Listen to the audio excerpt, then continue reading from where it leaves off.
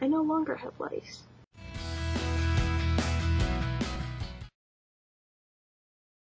My favorite whole food is strawberries, fresh strawberries, when they're in season. My favorite thing you would do with that is strawberry ice cream, which may be my favorite food, period. And my favorite meal is spaghetti with meat sauce and garlic toast and fresh salad, all put together. So that's what I will ask for on death row. Drink to just drink because I'm thirsty is water. Drink with a meal is skim milk, cold. And color is cerulean, or blue, as my kids would say. After I die, I'm going to come back as the color cerulean. Wherever you see it, there I will be. The thing is, if I had a spouse that rich, probably without him even giving me that, I could hire a part-time nanny and become a full-time writer. But then with the leftovers, which would be all of it, I would donate them to public libraries, into their book budget, and establish some kind of program for school districts that are considering cutting real librarians from their school libraries or cutting their school library budget entirely so that they don't have to do that.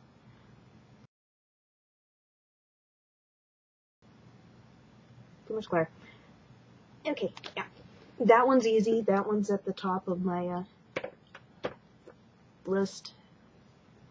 And then I have a million other favorite books.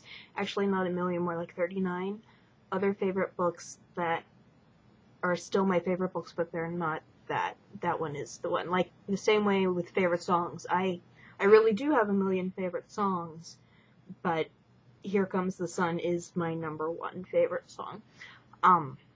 Movie is much harder. How is this supposed to be easier? Star Wars and Lord of the Rings, they count as one entity each. I mean, not the same entity, but Mary Poppins, Almost Famous, The Sound of Music, although I haven't seen it in a long time, but the last time I saw it, I was like, wow, I forgot how good this was.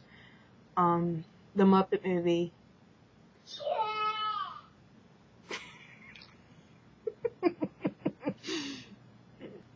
If I think of any more, I'll let you know. TV shows, Firefly and Freaks and Geeks, the short-lived, shorter than one season canceled shows that I love. Also the X-Files. I currently watch Community, not canceled shows, yet. And I'm a really big fan of children's television. Like I said, that's like one of my many dream jobs. Sesame Street is a classic. Bill Nye the Science Guy and Mr. Rogers. You need to watch Word Girl, that is on PBS in the afternoons. It is one of the funniest shows you will ever watch, although it's supposedly a cartoon about vocabulary. Martin Freeman? No. I've always said I wanted to work for Jim Henson. From one of the reasons why is he's always described as this amazing boss who can bring out the best in people, seeing what it is that they're good at and combining the talents of them with other people and just having this instinct of what people are good at and celebrating that. And I always just wanted him to tell me like some kind of Messiah blessing me, this is what you're good at, Amy. Good job. Go out and do some more. It's probably a good thing that I can't do that, because it would probably be one of those meeting heroes things, and he'd say, oh, hi, Amy, and go off and do his thing, and nothing would become of it. Or he'd give me some horrible, disappointing answer like, well, you just have to work at it. Well, it's a joint household account here, which I am in charge of the budgeting. Apparently we've just spent quite a lot of money on hurry up before they ban them guns and ammunition supplies. I didn't pass that budget permission. It used to be a mortgage, but we got our mortgage refinanced. But I guess if you add the mortgage and all the other stuff together, it's student loans. So, yeah, boring. I would probably have to try really hard to remember not to fall asleep on his shoulder. Ideally, I would say, hello, you're my favorite, and then politely leave him alone just a little bit and smile nicely and stuff so that he knows I'm not crazy. And then I would ask him about music, and we would talk about music for the whole plane trip, and we would become best friends. And then when we're old and widowed, we would find comfort in each other. But more likely, I would probably just never get the courage to say anything and just sit there blushing furiously the entire time. What is this?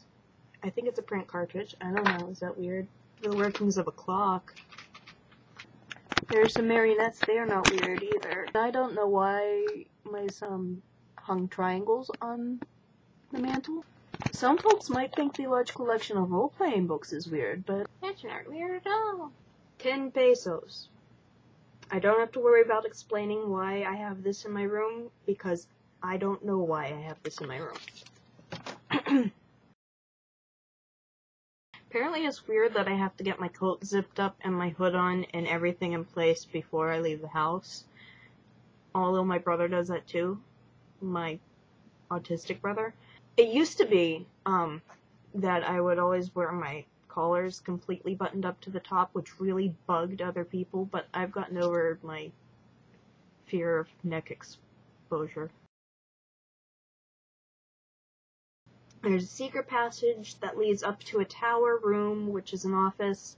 It has lots of windows and window seats, and underneath the window seats are bookshelves, and it's an office up there. I already mentioned that, with the soft carpeting. I think I might have hit 5 things in that already. But I also approve of the large kitchen. A bird? I think I already answered that in the what my Patronus would be question in the other survey. I want to hang out with the Beatles. I'd have dinner with them. But I think going on tour with them would be a little too crazy. And I really don't know anything much about the personalities of other bands. So somebody cool and geeky who likes to go see educational tourist sites during the day and go to bed early at night.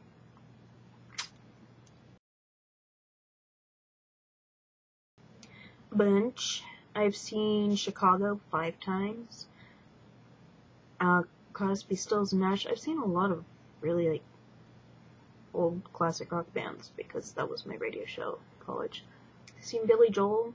I've seen the Beach Boys and a whole bunch of other people in a stadium concert. It was like the Beach Boys and like Eddie Money. Saw this band called Bob at my college an awful lot, like constantly, because one of the guys in it was in my dorm. Oh, I saw the Temptations at college. I saw a lot of bands at college. Billy Joel, did I mention Billy Joel? Oh, They Might Be Giants too.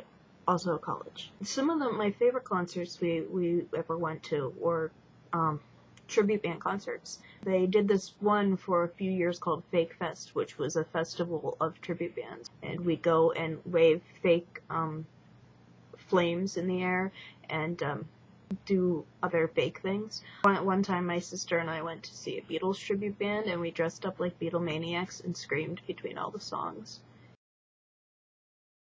This is definitely a question that requires lots of forethought. I think I'll go with Fearless by Pink Floyd. I find it inspiring.